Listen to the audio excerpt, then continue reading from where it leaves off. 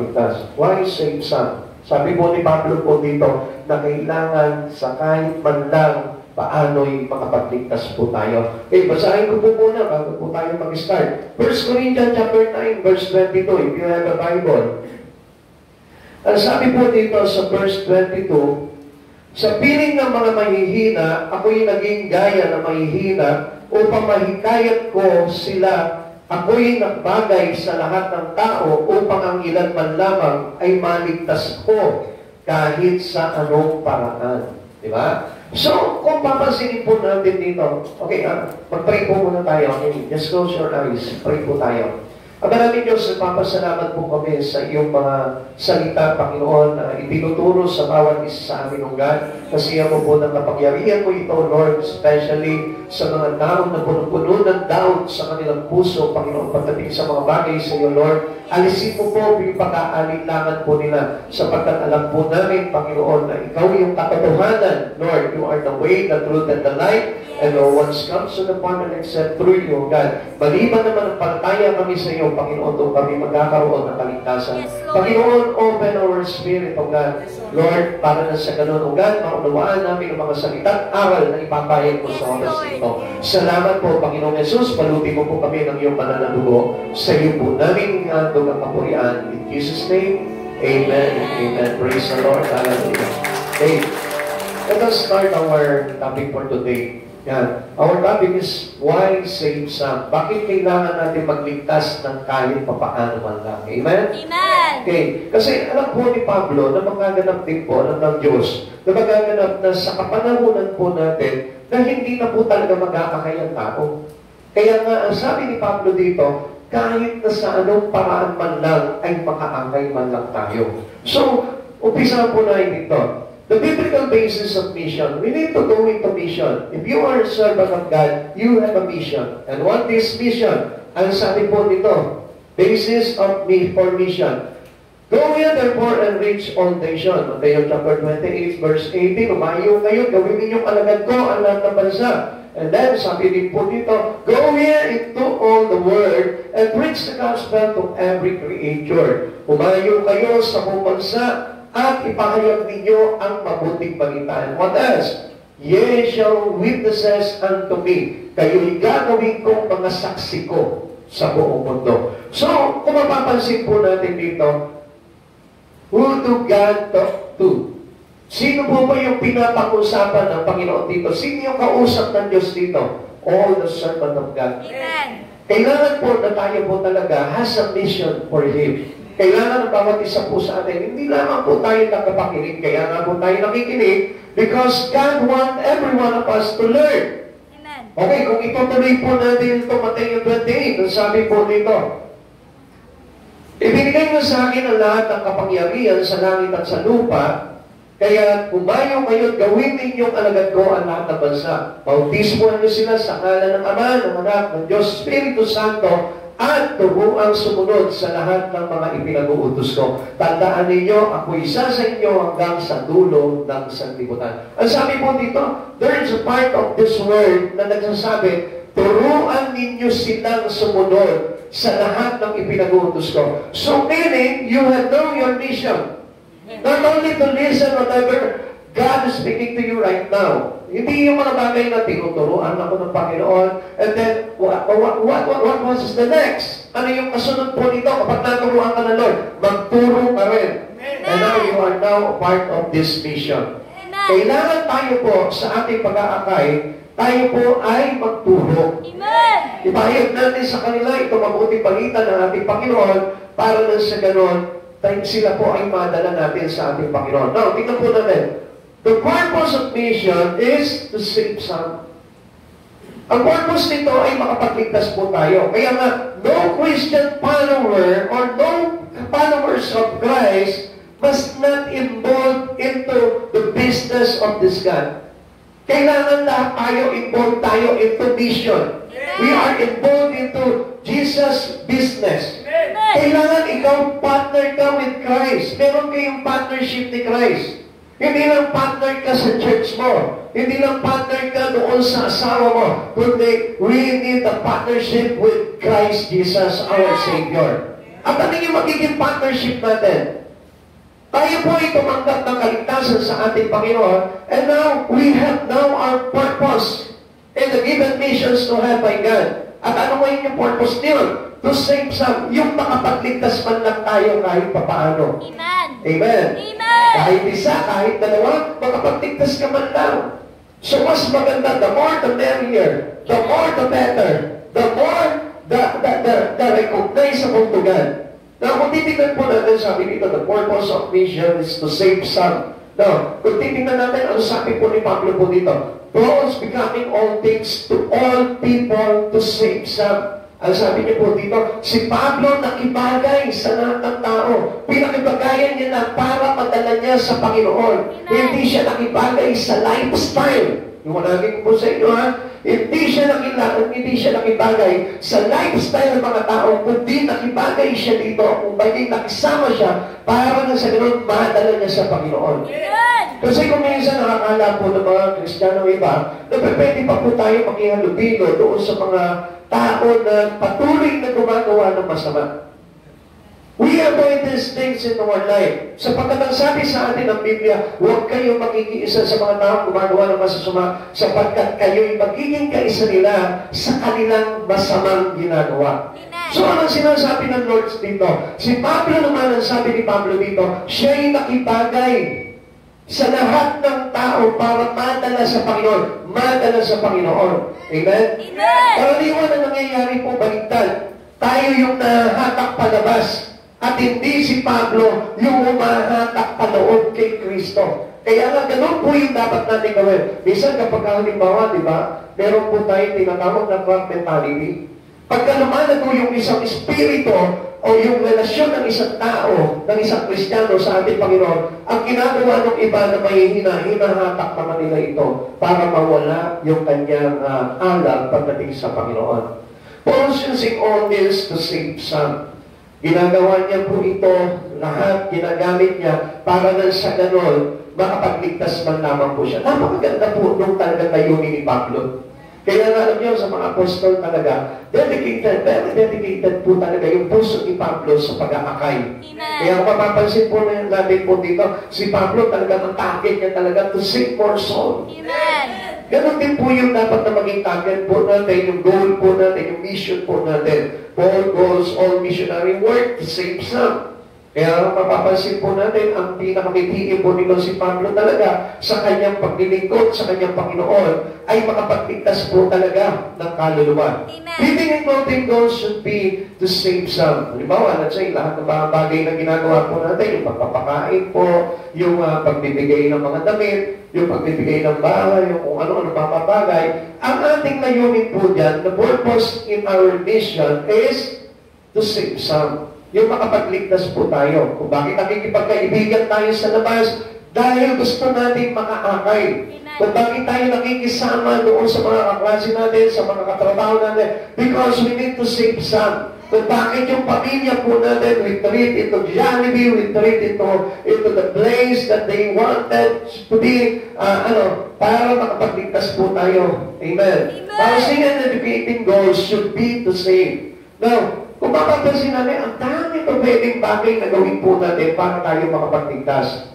Amen? Amen. Not to join them with the things that is against with God. Hindi po yung magkaiba po yun na yung po para tayo nakikisama pero yung ginagawa naman is contradicted to God. Yung dinotolerate natin sila sa masama, it is not the way of Paul. Hindi po yun yung pamamaraan ni Pablo. Kung bagay hindi siya nakikiisa sa kasamaan, kundi itong mga masasama ay dinadala niya sa kabutihan. Amen po natin? Amen. Kaya nga, yung layunin po natin is to save some. Pakisabi ko sa katabi mo, ang ating purpose to our mission Ang ating purpose to our mission is to save some. is to save O some. ngayon, diretsuhin mo na yung katabi mo, magligtas ka. Magligtas ka. Yan, parang interesado yung iba, no? Habang sinasabi, ano? Sige nga, sabihin mo nga ulit sa kanya. Magligtas ka. Ako, interesado talaga sa pagliligtas, ano?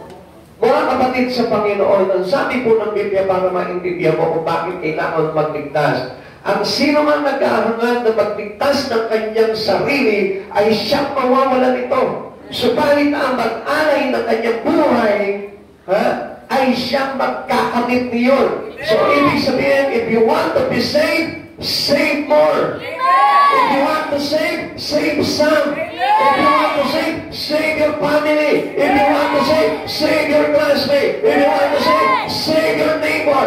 Yun ang kailangan po natin, not to save yourself alone.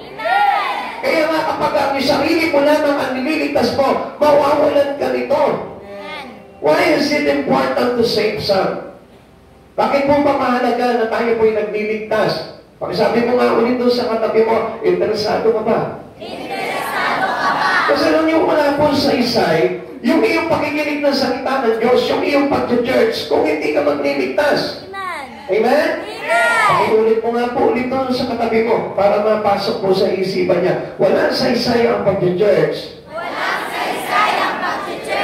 Kung wala sa puso mo ang pagliligtas. Kung wala sa puso mo ang pagliligtas. Naintindihan? Naintindihan? Kaya napakahalaga po ng pagliligtas. Amen? Sapagkat kung ikaw niligtas ka ng Panginoon, ibig sabihin, mahalaga kay Jesus ang kaligtasan. So kaya pa nililigtas ng Panginoon para maging bahagi ng kanyang tinatawag na God's plan for salvation. Yung plano ng Diyos, kailangan, tingnan nyo ha, even in our business, sa isang business po, kailangan mag-encourage siya ng mga tao na makikiisa doon sa kanyang negosyo. Tama po ba yun? Amen? Diba kapag sa mga business strategy, gumagawa sila ng mga strategic plan na kung saan kailangan talaga ng mga massive people Yung mga tao talaga, marami ang kailangan po nila para ipangalan talaga o i-promote yung kanilang produkto para makita at marami pong makapatid dito mga produkto na ito. It is the same with the business of God. Napakahalaga kasi ng business ng Lord to win more soul. Yung tayo po ay magkaroon ng kaligtasan. Kaya nung time na naturuan itong si Pablo, anong ginawa niya? He go with the business of his Savior. Ano po yung business na yun? To save some. Now, if you belong to Christ Jesus, you now belong into God's business. At ano na ngayon yung business po natin? To save some. Sarap naman. Nakikinig yata tayo, ano ngayon yung business natin? Yun po yung talagang kailangan na maging part tayo ng business ng ating Panginoon po dito. Bakit mahalaga po na may maligtas man lamang po tayo? Una, because of the problem of sin. Everyone has sinned. Lahat tayo ay nagkasala. Pero imagine that you are here today because you are saved even though you are a sinner. Niligtas ka ng Panginoon nung tinanggap mo si Jesus sa buhay mo. And why don't you use this opportunity to save some? Kung talagang niligtas ka ng Lord, dapat meron ka rin puso na magligtas ng iba. Amen. Hindi yung parang stay put ka na, okay, para sinabi mo, basta ako, ligtas na ako, bahala na sila doon. Hindi, we need to encourage them to go with the business of God. Para na sa ganoon sila din po mismo ay magkaroon ng kaligtasan. Kasi kung walang aabot sa kanila na katulad niyo po na inabot ng ating Panginoong Jesucristo, paano silang mawawala sa kasalanan? Hindi natin sila matatanggal sa kasalanan and they do continually sin into their life kung walang magsasabi sa kanila that they need Jesus into them. Na kailangan nila si Jesus sa buhay mo. Alam niyo, sa ating din po, kung bakit po tayo nandito ngayon, sapagkat mayroon nagsabi sa iyo na kailangan mo si Jesus para ipatawad sa iyo yung kasalanan mo. Amen mo ba doon? Tama po ba yun? Kasi dati hindi natin alam yun. Ang alam lang natin, basta ako naniniwala ako kay Jesus, siniligtas ako, and then okay na. Basta ako nagsisimpa ako, okay na. Yun ang pagkakaalam po natin noon. But we need to involve our life to Christ Jesus. And what does this involvement means? You have a reconciliation with Him. We need our relations to Jesus. At yun po yung maglalagay sa atin para na sa gano'n, mapawi yung kasalanan sa buhay ng isang tao. Amen. And this is how we learn from God. Those who are in Christ Jesus is a new creation. Wala na yung dating pagkatao. Ibig sabihin, nilinis na siya, inalis na lang ang kasalanan niya. And now, here we go. Nandito tayo with Christ Jesus at kaisa na tayo ngayon sa kanyang mission. Sa purpose niya about this mission is to save some. Mga kapatid sa Panginoon, walang alagad ni Jesucristo na hindi nagliligtas ng kaluluwa. Pakisabi mo ulit sa iyong katabi. Walang alagad ni Kristo ang nagliligtas ng kaluluwa. Walang alagad ni Kristo ang nagliligtas ng kaluluwa. Para malina tayo pakinig ko. Pakiulit mo nga po na malinaw. Walang alagad ni Kristo ang hindi nagliligtas Yan. ng kaluluwa. Iwanagin mo ha, ang hindi nagliligtas ng kaluluwa. We need to save some. Kailangan na kahit man lang papaano makapagligtas man lang tayo because of the problem of sin. Amen. Sin is the word we most like to avoid. Gusto natin talaga, di ba? Na maapoy po natin o maiwaksin natin o mapigilan natin yung kasalanan. But, we cannot. Hindi natin kayang gawin yun. Kung wala si Jesus sa buhay po natin. Because the only solutions to get out into this sin is to have Jesus. To have relations to God. Ngayon, kung iwas ka ng iwas sa Panginoon, layo ka ng layo sa Panginoon Jesucristo, how can you overcome that sin? Hindi natin malalampasan ang kasalanan at hindi mahuhugasan sa ating lahat ang kasalanan kung hindi po natin siseryosohin na magkaroon ng relasyon with the business of our God. Sin is the problem that is common to all people. Yan po yung common problem ng tao. Even to us right now. Yan pa rin po yung problema natin. Every one of us has sinned. Lahat tayo dito may kasalanan. Kaya nga, we need Christ Jesus in our life.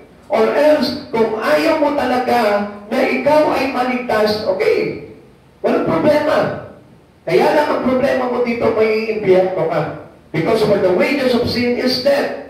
Dahil ang kabayaran ng kasalanan ay kamatayan. At hindi mapupura yung kabayaran na yun na kamatayan kung hindi mo tatanggapin si Jesus na tagapagligtas. Bakit? Paano nangyari yun? As we know that Jesus rise from the dead. Amen? Amen. Ang Panginoon napatawad ng parusa kahit wala siyang kasalanan. Bakit? He take out all our sin. Pinuha niya lahat ng kasalanan natin para siya yung magdusa, magbago sa krus, mamatay, inilibing, at sa ikatlong araw ay mabuhay na muli. And that was resurrection. So, ibig sabihin, He overcome the grave. Kaya ngayon, yung wages of sin is death. Pinura na ni Jesus sa buhay na lahat ng lumalapit sa Kanya at humihingi ng relasyon kay Jesucristo bilang isang manliligtas sa buhay niya. Kaya nga kapatid, mahalaga po itong mga bagay nito. Kaya let us do the same thing with God. Tayo mismo, kung talagang naligtas ka na ng Panginoon, ikaw mismo magliligtas ka na rin. Kaya nga, ang problema po dito, yung sin na yun ay napaka-critical sa buhay ng isang tao. It makes him paralyzed and the things in the spirit. Bakit ko po sinabi yun? Na kapag ang sin na ito ay hindi nahugasan sa buhay mo, magpapatuloy ka pa rin sa katamaran pagdating sa mga bagay sa Espiritu ng Diyos. Hindi mo talaga mapaglilingkuran ng Panginoon sa buhay mo. You cannot spend a lot of time to God with your sin. Amen. Sapagkat itong sin na ito is a spirit. And to whom this spirit belong. Saan pa nanggaling itong kasalanan na ito, itong espiritu na ito? To Satan. That's why, kung hindi maugasan yung kasalanan na yan sa buhay mo, hindi ka talaga magkakaroon ng kasipagan sa paggawa sa mga bagay sa kabanalan ng Diyos. Naiintindihan po natin? Kaya kung bakit ang tao paralyzed to do with the business of God, it is because of this sin. Try to break the sin accordingly into Christ Jesus at makikita mo, magiging active ka sa mga bagay sa Panginoon. This is no doubt. I tell you these things. na walang kaduda-duda na ang buhay ng tao ay magiging buhay sa mga bagay kay Jesucristo kapag nalinis siya sa kasalanan. Kaya hindi nyo napapansin, ano? Bakit ba nakain itong tao na ito? Bakit kayo may parang laman na ng church? Ano ba nakain itong tao na ito? Bakit kayo may basa na ng basa ng Bible? Amen? Hindi nyo po ba napansin yun? Sapagkat nilinis na siya sa kasalanan at yung power of sin that makes him dead, ano nangyari? Nawala yun. That means the people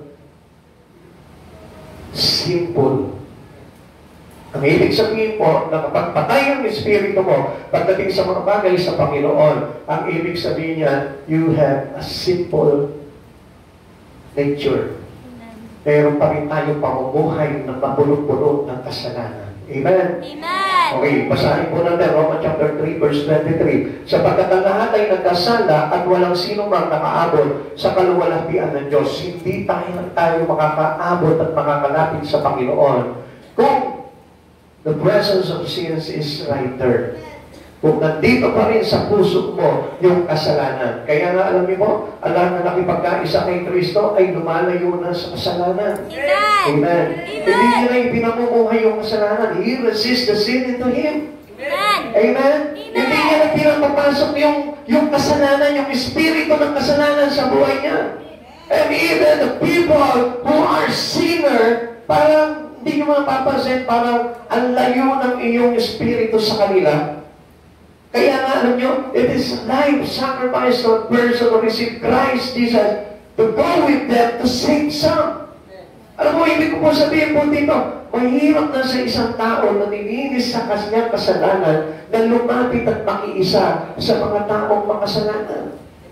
Amen. Amen. Kaya nga, sacrifice na yun sa isang katulad po natin naglilingkod sa Panginoon na isinasakripisyo yung sarili mo to involve your life into the group of sinner to save them. Ang hirap nun, mga kapatid sa Panginoon. Kaya nga, hindi natin na-notice, parang ang sabi natin, ang dali lang kay Jesus magbuwa dito. No, it is so hard. Amen. It is very difficult to God to go with us here dahil itong mundo natin is punong-puno ng kasalanan at itong Diyos na ito ay Diyos na banal at walang batik ng pagkakasala. Paano magiging madali po yung bagay na yun? Ito po yung sinasabi ko po sa inyo na mahirap sa isang tao na nilinis na sa kasalanan na makihalubilo pa sa mga taong makakasalanan unless you sacrifice your life to save them. Amen? Amen. Lalapit ka na lang doon sa grupo ng mga taong makasalanan para ano? Para iligtas sila. Not to be friend of them with sin. May sabihin, makikipagkaibigan ka sa kanila para makikaisa kanila sa kasalanan. No way. Hindi na po yun yung purpose natin. Because we have now a given mission to God. After we cleanse into our sin, ano na yung mission natin yun? To save some. Para hindi sila manatili sa kasalanan na yon at magbunga sa kanila ng kamatayan yung kasalanan na yon. Amen? Amen. Sin is the cause of other serious problems like sorrow, suffering, and death. Kung bakit parang namimighati ka, kung bakit parang nagsasuffer ka, di ba? Kung bakit parang ang bilis, merong kamatayan agad, sudden death, parang ganun po yung nangyayari. It is the reasons of sin. That's why we have this serious problem in life. Bakit po parang meron ang bibigat na problema sa buhay? Alam niyo po kung anong dahilan na yun? Yung pong kasalanan. Take out all your sin in your life and let ask Jesus to resolve these things in you. Makikita mo gagaan ang buhay ng isang tao. Kaya ang bigat-bigat ng buhay ng tao is because of sin. Now, kung ang buhay ng isang makasalanan ay ipagamit niya sa Panginoon at ipalinis niya sa Panginoon, makita mo gumagaan ang buhay ng isang tao. Amen. Hindi niyo po ba napansin na once na ikaw ay nag-repent sa Panginoon, lumapit ka sa Panginoon, makita mo parang gumagaan yung kalooban mo. At kapag halimbawa nagkakaroon ka ng changes, yung halimbawa, let's say, meron kang isang kasalanan na lagi mong ginagawa at pinalikuran mo itong kasalanan ito, hindi mo ba napapansin na parang, ba't mo parang tumaan yung kalooban ko? Parang sumaya ako. Yeah? Tapos there is an opportunity that blessings come. Di ba? Kapag halimbawa, tinalikuran mo yung kasalanan, makikita mo may biglang darating na pagpapala sa buhay mo. Bakit? Kasi yung sin mismo, it causes us poverty. Amen. It causes us to have difficulties in life.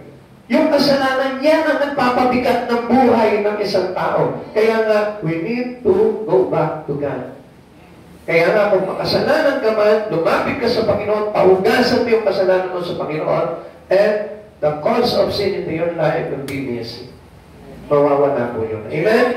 The reason for most regret, ito po yung kumisan nagiging bunga po ng pagsisisi ng isang tao, yung pong kasalanan na ito. The cause of all crime, ito po yung nagiging dahilan din po bakit dami mga krimen because of their sin.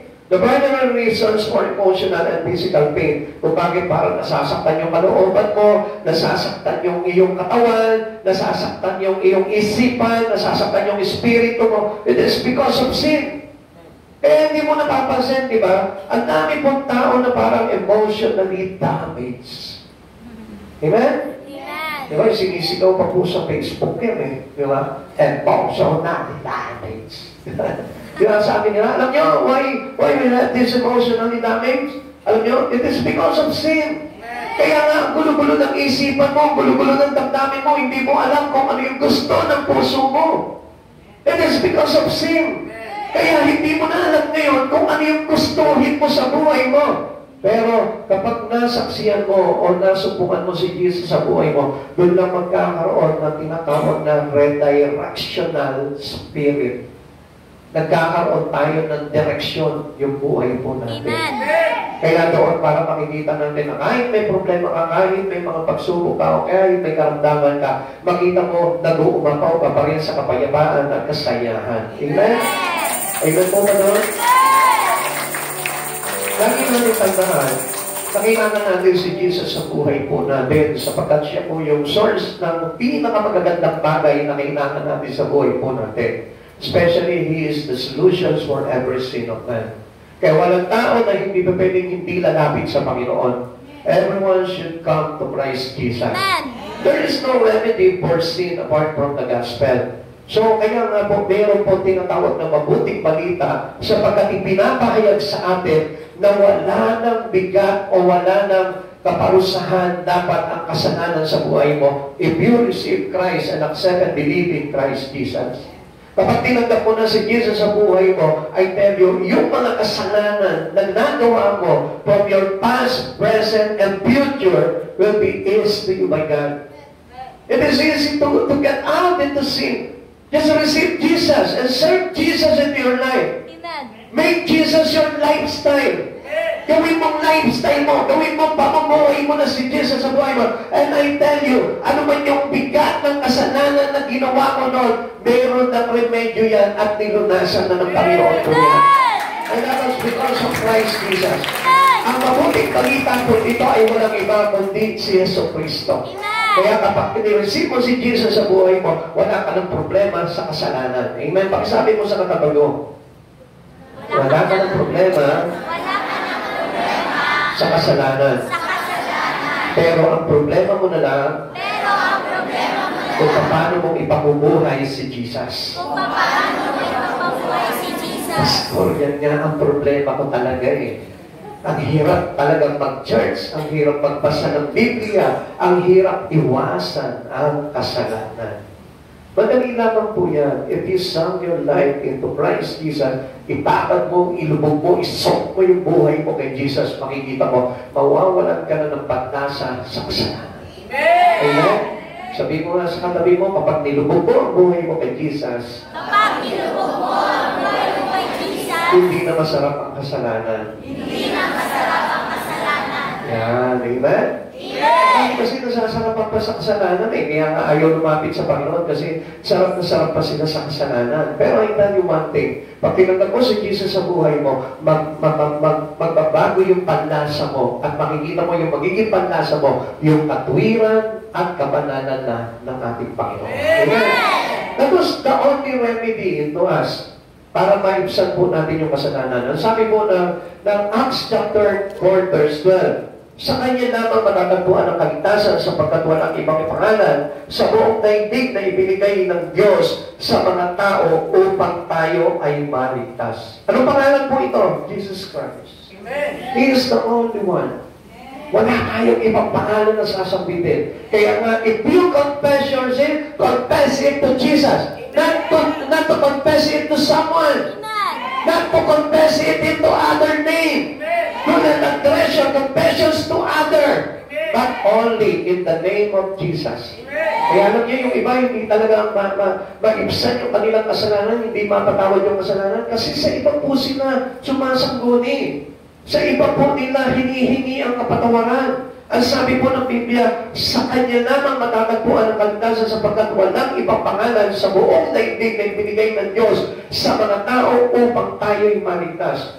In NIV version, sabi po sa New International Version, ang sabi po dito, sa silong ng langit walang ibang pangalan na ipinagkaloob sa atin, kundi ang pangalang Jesucristo sa ikaliligtas ng mga tao. Amen. Amen. Maliwanag na ang pinangalan ng Panginoong Jesucristo ang sinabi po sa atin. And do not address your repentance to other name. Amen? Amen. Minsan, para sa tao tayo nangungumpisan, patawarin mo ako, nagkasala ako, there is no forgiveness on it.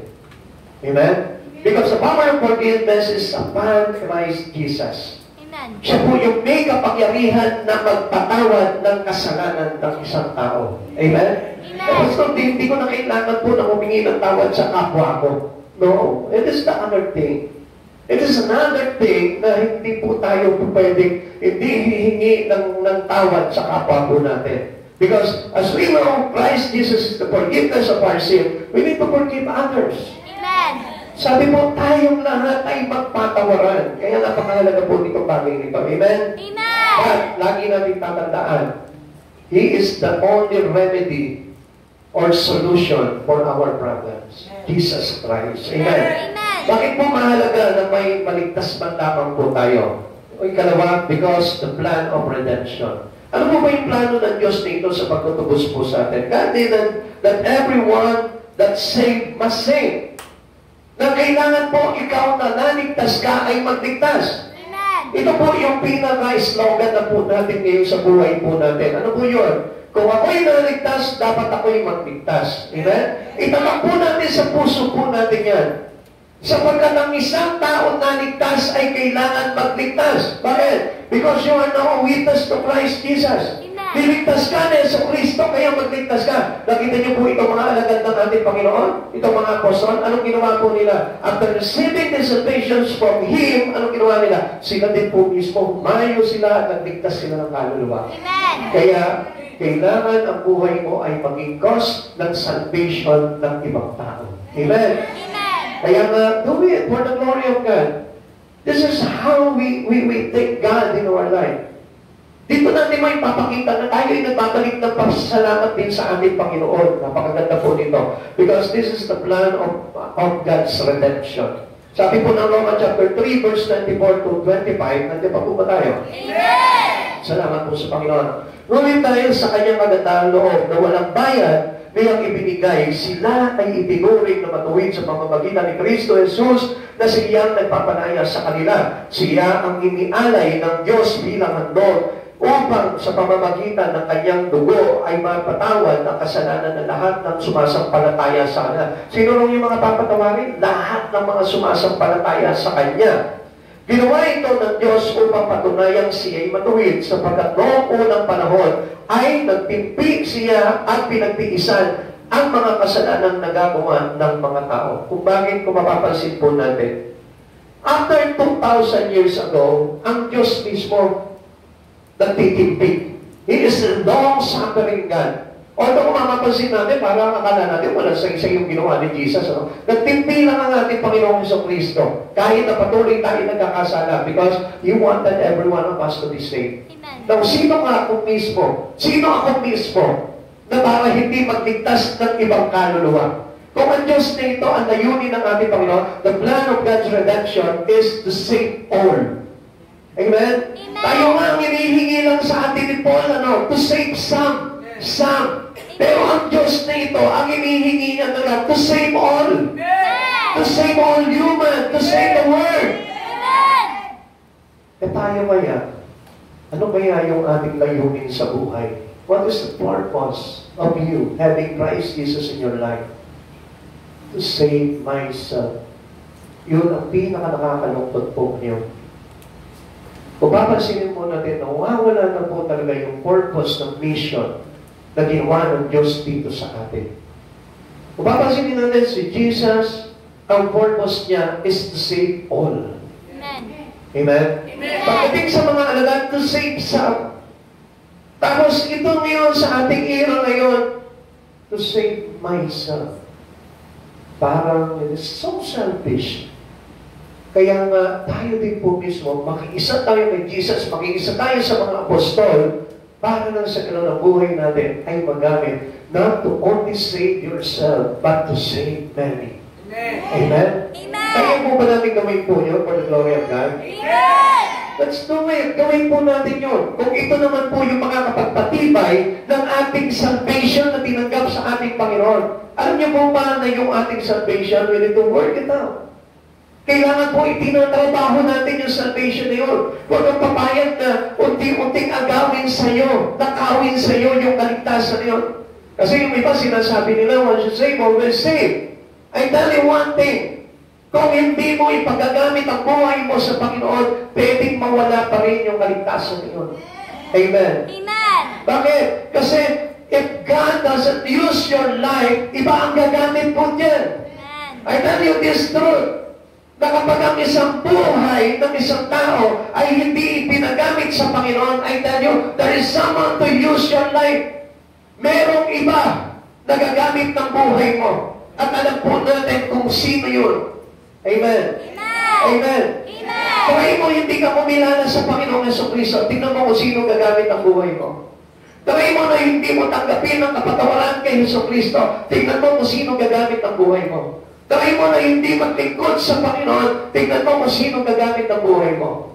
And sometimes you didn't know it. Hindi natin alam, hindi natin namamalayan that we are being useful to Satan. Hindi natin napapansin yun. Why? Because of our selfishness. Kasi nakatuon lamang tayo sa pamumuhay natin. Nakatuon lang tayo sa kalayawan ng mundo. Kaya anong nangyayari po sa atin? Selfish. Na wala tayong pakialam sa iba. This is how the Spirit of God received it. Ganito po natin matatanggap ang Espiritu ni Jesus. Na kapag tinanggap mo yung Espiritu ni Jesus, you are now one to the plan of God's plan of redemption. Isa ka na doon. Parte ka na, bahagi ka na nung tinatawag na plano ng Diyos sa pagtutubos sa tao. Kapatid sa Panginoon, do not be selfish. Amen. Tumanggap ka ng biyaya sa Panginoon and then, ibahagi mo yun. Share it with others. Amen? Amen. Hindi tayo tinuruan ng Lord ng selfishness. Pakisabi mo sa katabi mo, hindi ka tinuruan ng Lord na maging selfish. Hindi ka tinuruan ng Lord na maging selfish. Although alam ko, paborito niyo yung selfish. Pero, yung selfish, huwag mong paborituhin yan. Amen? Amen. Sapagkat hindi tayo niligtas ng Panginoon para maging selfish. Sapagkat tayo niligtas ng Panginoon to share this great blessing to others. Amen? Sabihin mo nga sa katabi mo, mag-share ka. Mag-share ka. Amen. Amen. Diba? Kung minsan, damot ng mga Kristiyano na madamot pa rin eh. Amen? Amen. Sino dito yung mga madadamot ng Kristiyano? Meron pa po ba? Ha? Yung pinagkakaitan ng Diyos sa mga bagay-bagay sa buhay niya. Yung pinagkakait niya, yung sariling buhay niya for the glory of Jesus. Diba? Yung bang ayaw niyang ipagamit yung buhay niya para umakay ng marami. That was selfish. Amen? Amen. Yung ayaw niya na ma-involve yung buhay niya into the business of God. That was selfish. Amen. Amen? Amen. Katamutan ang ibig sabihin po noon. Kaya nga, ang isang Krisyano na tumanggap sa Panginoon, hindi na po nagiging madamot yan. In every aspect of our life, hindi ka na magiging madamot. Baka sabi mo sa katabi mo, hindi ka na magiging madamot. Hindi ka na magiging madamot. That was a part of plan of redemption. Amen? Yan po yung kumbaga ipinapahayag sa atin ang mabuting balita ng ating Panginoon na itong plano pagtutubos ng ating Panginoon ay kailangan maging bahagi po tayo ngayon. Amen? Huwag mong ipagdamot yung sarili mo. Amen? Amen. Sabihin mo nga sa katabi mo, hindi ka ba madamot? Hindi ka ba madamot? Sabihin mo sa kanya, bigyan mo nga ako. Share mo nga ako. Yan. Kaya nga meron po tayong masabihan, share your blessing. Because our great blessing that we ever received into our God is the blessing of salvation. And you should share it to others. Amen. Pakisabi mo, share it to others. Minsan, sinishare lang natin yun sa anak natin. Kasi ang gusto lang natin maligtas yung anak natin. Eh sa kasamang palad, ano nangyayari? Hindi tuloy nagbubo ngayon sa ating pamilya, sa ating mga mahal sa buhay. You know why? Kasi kailangan magtanim ka sa iba. Because the principles of God in sowing and reaping is like, it is not like the principles of man in sowing and reaping. Bakit? Ano ba yung prinsipyo ng Panginoon? Ang prinsipyo ng Panginoon, magtanim ka sa ibang bukid, aani yung iyong sariling bukid. Amen? Sa tao, magtanim ka sa sarili mong bukid, aani yung sarili mong bukid. Pero sa Panginoon, magtanim ka sa ibang kaluluwa, aani ka ng kaluluwa ng mga mahal mo sa buhay. Amen? Kasi ang iniiwasan ng Lord dito is about selfishness. Walang naligtas na selfish. Pagsabi mo nga. Walang naligtas na selfish. Sa Tagalog, walang naligtas na manamot. Walang naligtas na madamot. Pastor, paano kaya yun? Kung halimbawa, hindi man lang ako makapag-share ng ulam sa kapatid ko, I tell you one thing, delikado yung kaligtasan ko. Kasi may kinalaman ba yun? Yes. Because the attitude of God, nakita mo si Jesus mismo, nagpakain siya ng 5,000. Nagpakain siya ng 3,000. Nagpakain siya ng kanyang mga alagad. Amen? So, ibig sabihin, hindi nagiging madamot ang isang tao na mayroong kaligtasan na galing kay Jesus. Kaya nga, hindi rin po tamad ang isang Kristiyano. Amen? Amen. Tamad saan? Sa mga bagay pagdating sa Panginoon. Hindi yan tamad sa pag-church, hindi tamad sa pagbabasa ng Bible, hindi tamad sa Bible study, hindi siya tamad sa mga bagay na magkinalaman sa Lord. Bakit? Because they gathered it all para magamit ang buhay niya to save some. Amen?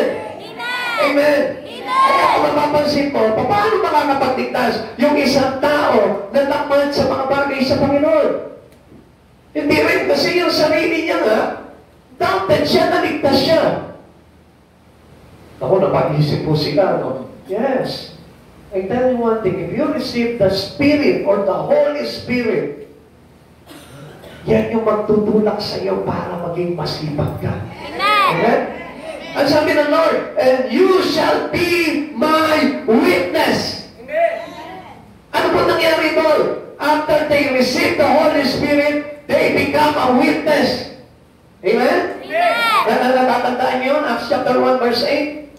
Pagkatapos silang tanggapin ang pagbaba ng banal na Espiritu Santo sa buhay po nila, ano nangyari po sila? Umayo sila, lahat po sila, talagang naging boldness sila sa paghahayag ng salita ng ating Panginoon. Amen. Nagligtas sila. So nawala yung kanilang katamaran, nawala yung kanilang kabigatan, nawala yung kanilang karamutan, nawala yung mga bagay na pangit na pagiging makasarili po nila. Amen. Amen? Amen. Kaya nga tandaan mo, ang buhay mo ay hindi lamang para sa iyo.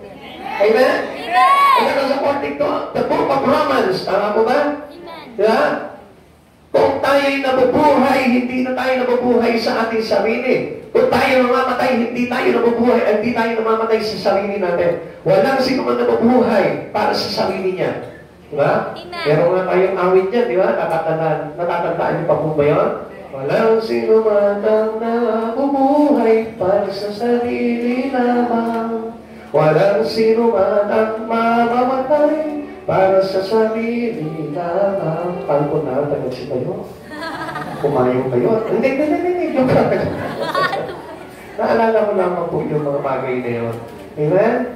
Diba? Kasi pinapahayag sa atin ng Lord na yung buhay po natin is not about selfishness. Because we need to be a part of God's plan redemption. So, kailangan po na ikaw ay kaisa po dyan. Pakiulit mo nga sa katabi mo, sabihin mo, kailangan ka ni Lord. Kailangan ka ni Lord. To announce these redemptions of God. Amen. Sabi po dito, God's plans of redemption was announced in Eden. Tingnan nyo. Sa Garden of Eden pa lang ipinahayag na po yan. Sabi po dito, Genesis chapter 3 verse 15, kayo ng babae, aking pag-aawayin binhi mo, at binhi niya ay lagi kong paglalabanin. Ang binhi niya ang dudurog sa iyong ulo, at sa sakong niya ay ikaw ang tutuklaw. Ano po ba ibig sabihin nito? Ang ibig sabihin po nito, ito po ay parang pinrophesy. Ipinahayag, itineklara. Doon pa lamang po sa nangyari kay Eva at Adan, may kasagutan na po na mangyayaring pagliligtas sa bawat isa sa atin. Ano po ba yung tinutukoy niya po dito? Ang binhi niya ay dudurog sa iyong ulo. Ibig sabihin po dito si Christ, yung binhi ng babae. Amen. At sa sakong niya ay ikaw ang tutuklaw. Sino naman tinutukoy niya? Si Satan. Na kaya nga ingat po tayo na tayo po'y matuklaw ni Satan. Amen? Because he is the serpent. At yung tinatawag na binhi, yun po yung Son of God, which is our Christ Jesus. Yun yung tuturog sa ulo ni Satan. Kaya nga, nasa kanya yung pagtutubos po sa atin. Kaya nga, kailangan po na maging part po tayo nito, plans of redemption. Amen? Okay. Tingnan po natin yung sinabi ni Job. Job spoke of his Redeemer while suffering in the unspeak. Tingnan niyo po ito si Job, habang siya po ay parang naghihirap o parang namimigati doon sa kanyang kalagayan, nagsasuffer po siya. Still, anong sabi niya po gano'n? That there is still my Redeemer na ating ang aking tagpagligtas na hanguin ako sa ilalim ng hukay. Job chapter 19 verse 25. Ngunit alam ko, di natutulog ang aking tagapagligtas na magtatanggol sa aking pagdating ng wakas. So he made sure na itong si Lord, kapag nanatili siya and being a part of Christ Jesus, hindi po siya mapapahamak. Ganon din po tayo. Kaya nga, mapapansin po natin, ang dami mga Kristiyano humihiwalay sa Panginoon. Bakit? Because they don't know these things in hope. Hindi nila alam nito, sinabi po ni Job dito, na pagdating ng wakas, siya ang ating tagapagligtas. Kaya nga mga kapatid sa Panginoon, pinipilit natin na hanggang wakas tayo po ay nakakapanatili sa Panginoon para tayo po ay abutin ng ating tagapagtanggol at tagapagligtas ng buhay po natin. Amen? Amen? Amen? Hindi po yung parang piling mo no, wala ka nang maasahan sa mga bagay na ginagawa mo sa Panginoon, umaayaw ka na. Tandaan mo, minsan ang pakinabang ng mga bagay na ginagawa mo sa Panginoon ay hindi sa buhay na ito. Pero I make it sure to you na wala ang pakinabang dito, pero ang laki naman ang pakinabang mo sa buhay na walang hanggan pagdating ng araw. And you must know this. Hindi ka nagpunta sa church dahil para lang pagpalain ang buhay mo. Yumaman ka, magkabal ka, magkaroon ka ng malaking savings, maging milyonaryo ka. Kundi, huwag yun ang tignan mo, kundi ang tignan mo dito, yung malaking pakinabang na nag-aabang sa'yo tuon sa buhay na walang hanggan pagdating ng araw. Amen? Okay, tuloy po natin. Sabi po naman ni Isaiah, Isaiah prophesied of redemption without cause. Tingnan niyo po ito Noong araw po kasi, kung mapapansin po natin, ang mga Israelita po noong araw, kung saan-saan po napapadpad yan dahil sa kanilang kasalanan. Kung saan-saan sila tinatapon. Kung saan-saan sila ipinapasakop dahil sa kanilang kasalanan. And it is the same right now to us. Na kapag ang isang tao na makasalanan, walang direction ng buhay. They are lost. Ibig sabihin, ligaw ang kanilang buhay at hindi nila alam kung ano yung nararapat at mainam na buhay. Kaya ano nangyayari po sila? They spend their time only in the life here. Kaya ang akala nila, okay, masarap na yung buhay natin dito. Okay, wala na, mayaman na tayo dito. Okay, masarap na buhay. Kaya hindi pumapasok sa isipan po nila na i-redirect nila yung buhay nila sa ating Panginoong Jesucristo. Meaning, hindi nila alam yung talagang totoong buhay na kailangan ng isang tao. Marami po sa panahon po natin ganyan. Na hindi nila nalalaman kung gaano kahalaga ang mga bagay sa ating Panginoong Jesucristo. Kaya ito po mga Israelita po nung araw, kung saan-saan sila pinapasako, kung saan-saan sila tinatapon ng ating Panginoon sapagkat They love to worship other God. Ganun sila eh. Pag wala nang pakinabang sa kanila si Yahweh, anong gagawin nila? Hanap sila ng ibang Diyos. Magagawa sila ng ibang dambana, ibang altar. Magagawa sila ng ibang imahe na sasambahin po nila. Amen? Nakakandaan niyo po yun? Kaya nagalit po itong si Yahweh. Kaya anong ginawa dito sa mga Israelita na ito? Although they are a chosen country, they are a chosen people to God. Pero anong ginawa? Pinaparusahan pa rin nila ito, pinasakop sa mga mananakot po ng mga araw na yun. Isaiah chapter 52 verse 3, ito ang sabi ni Yahweh sa kanyang bayan, ipinigbili kayo ng walang bayan, kaya tutubusin din kayo ng walang bayan. Kasi kung araw po, ganito po yan. Kung bakit sinabi po ito, katagaan ito, siguro minsan hindi natin naiintindihan ito eh. Pero ganito po yan, ipinigbili kayo ng walang bayan, kaya tutubusin din kayo ng walang bayan. Napakabuti itong Diyos na ito. Dahil nung araw, inagaw sila, kasi nung araw po kasi, kapag ang isang tao o ang isang pamilya ay dinala sa isang makapangyarihang hari o sa mga makapangyarihang tao, ginagawa silang alipin, binabayaran po yun. Pero at this time, dahil sa kanilang mga kasalanan, anong ginawa po sa kanila? Pinasakop sila sa ibang bansa, sa ibang hari, kaya inalipin po sila doon, pero hindi sila binayaran. Nakita niyo po yung kalupitan niyo? Nagsisilbi ka, pero walang bayad.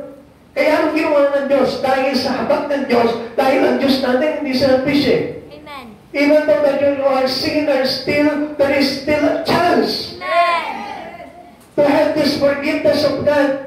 Kaya anong ginawa ng Diyos? Kaya tutubusin din kayo ng walang bayad. So, ibig sabihin ng Panginoon dito, muli niyang papawiin ang kanyang bayan kapag itong bayan niya ay nanumbalik sa kanya. Amen. Amen? Amen! O diba, ganun lamang po kasimple. Na halimbawa, ikaw, makasalanan ka, pero sa sandali na tumawag ka sa Panginoon, Lord, I need you to be my personal Savior. Makikita mo ang gagawin ng Diyos. Tatanggalin ka sa kamay ng nagmamayari sa iyo, ng umaalipin sa iyo. At sino yun? Si Satan. From the hands of Satan, we will be released by God and bring into thy hand. Amen? Amen. Kaya yun ang pinakamaganda doon, na kung kilala natin si Jesus sa buhay natin, and we know that God's plans of redemption, wala na tayong problema sa kasalanan. Amen? Ang problema na lang kung paano ka lalapit sa Panginoon. Actually, ang kasalanan, hindi lang pinoproblema yan eh. Pakisabi mo sa katabi mo. Ang kasalanan, hindi naman pinoproblema Ang yan. problema na lamang po talaga kung paano tayo lalapit sa Diyos. Yan. Amen? Amen. Amen? Okay, tingnan niyo po ito ha. Minsan na po problema ang tao. Sabi niya, alam mo, problema ko, kung paano ako mapupunta sa langit eh. Ang sabi naman ng isa, na nagsabi sa kanya, alam mo, huwag yan ang problemahin mo. Ang problemahin mo kung paano ka makakapag-church. Bakit? Tumangha kayo, ano?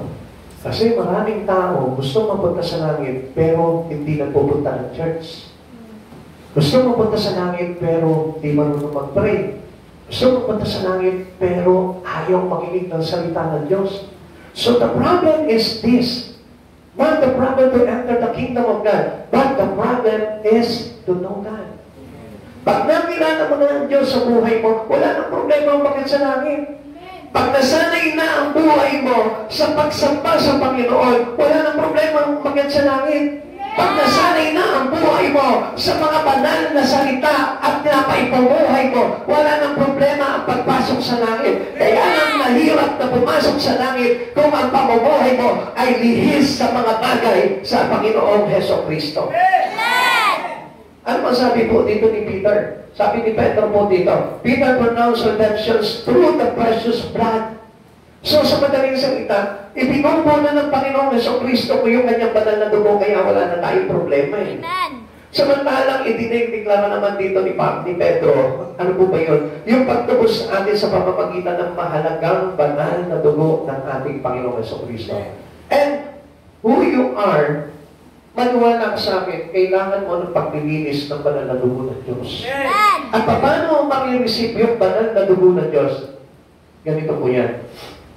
If you are one with Christ's sacrifice, you will be one to have this precious blood of Jesus. Ano po yan? Ganito po yan.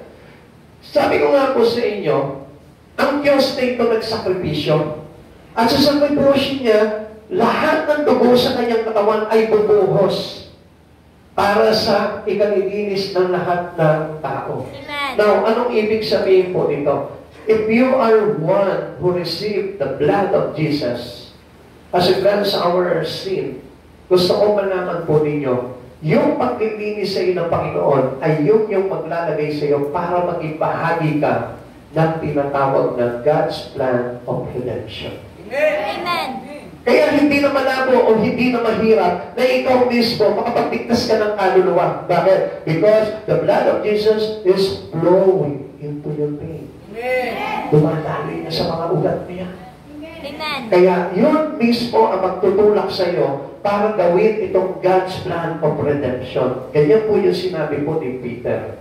Tingnan niyo po yung sinabi sa 1 Peter chapter 1 verse 18 to 20. Nandiyan pa po ba tayo? Amen. Hey, alam niyo kung ano ang ipinatubos sa inyo sa walang kabuluhang pamumuhay na inyong pinana sa inyong mga magulang. Ano ba yung mga walang kabuluhang pamumuhay na yun? Our life here.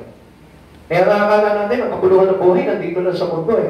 Pero ipinitutukoy ng Diyos po dito, yung pamumuhay ng mga Israelita po nung araw na nabuhay sila sa sarili lamang po nila. Para mabuhay lamang po sila sa mga pangangailangan po nila. At yan din po yung ini-erase ng ating ng Panginoon. Yung napabuhay lamang po tayo sa mundong ito nang walang kinalaman ang Diyos sa buhay mo. Ay kaya it is napakahalaga na mayroong koneksyon ang buhay na ito kay Yeso Cristo. Tuloy po natin. Tinubos kayo hindi sa pamamagitan ng mga bagay na nasisira tulad ng ginto o pilak. Alam niyo po ba kung anong ibig sabihin ito? Kung bakit sinabi dito na tinubos tayo hindi sa pamamagitan ng mga bagay na nasisira tulad ng ginto o pilak. Bakit? Kasi ang hinangad po ng mga tao po noon, yung kayamanang pangsanlibutan. Dahil natin na hindi makakatubos sa atin sa mga bagay para tayo maligtas. Kaya nga kahit na mayaman ka, hindi ka maliligtas nito. Because there is something to do para maligtas ang tao. Ano po yun? Verse 19. Kundi sa pamamagitan ng mahalagang dugo ni Kristo, siya ay tulad ng korderong walang dugis at kapintasan itinalaga siya ng Diyos bago pa nilikha ang daigdig at alang-alang sa inyo ay ipinahayag ng mga huling araw na ito. Hanggang until now, this day, ipinapahayag niya na ang kailangan po natin talaga the blood of Jesus, the precious blood of Jesus. Amen. Kung gusto mo na mahugasan ang iyong mga kasalanan, lumapit ka sa Panginoong Jesucristo, maging bahagi ka ng kanyang sakripisyong ginawa dito sa krus ito. Anong ibig sabihin nito? Kailangan ba magpapangong ka sa krus? No! Be a part of God's plan of redemption. Ano ibig sabihin nun? Be a servant to God. Amen. Yung gamitin mo yung buhay mo, after receiving the precious blood of Jesus and then, you must brought it into other. Dali mo ito-bring it to other. Yung dugo ng Panginoong Jesucristo, ikaw naman, ano? You receive the holy precious blood of Jesus. Dala mo yan. Ngayon, paano maaabot sa iba yan? If they don't know about the precious blood of Jesus, ikaw na nakakaalam, dalhin mo sa mga taong hindi nakakaalam. Ito yung banal na dugo ng Panginoong Jesucristo, ibinibigay ko sa iyo bilang paglilinis sa lahat ng ating mga kasalanan. Siyempre, they are curious. Magiging curious sila doon.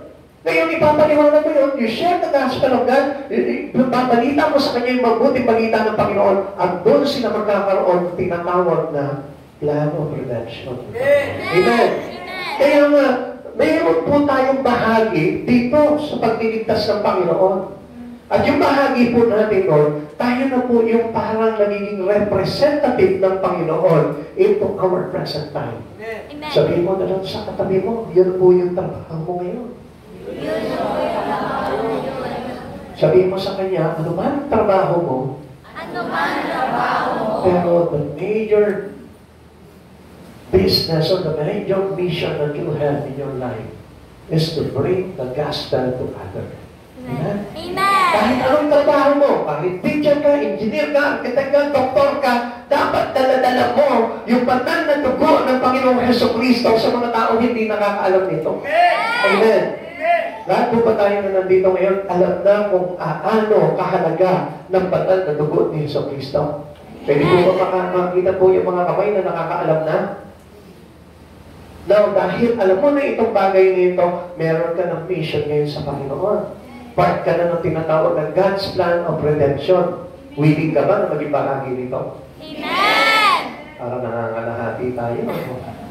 Parang wala pang asahan ng Panginoon na magamit ang buhay mo para maging tagapagdala ng mabuting balita tungkol sa ating Panginoon sa Kristo. The first was no afterthought with God.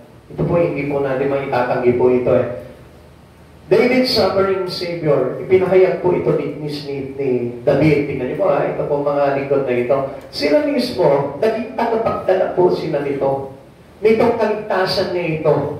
Kaya tayo din po ay nakatasan ng Panginoon. Kung sila Haring David, sila po mismo naging instrumento po sila nung suffering ng ating Panginoon dahil sa pagbububo ng dugo na ito. Ibinahagi rin ito ni David sa pamamagitan ng kanyang mga awitin, sa pamamagitan ng kanyang isinulat na awit, na kung saan ibinapahayag niya sa tao na dahil sa banal na dugo ng ating Panginoon, tayo po ay tinubos at naligtas.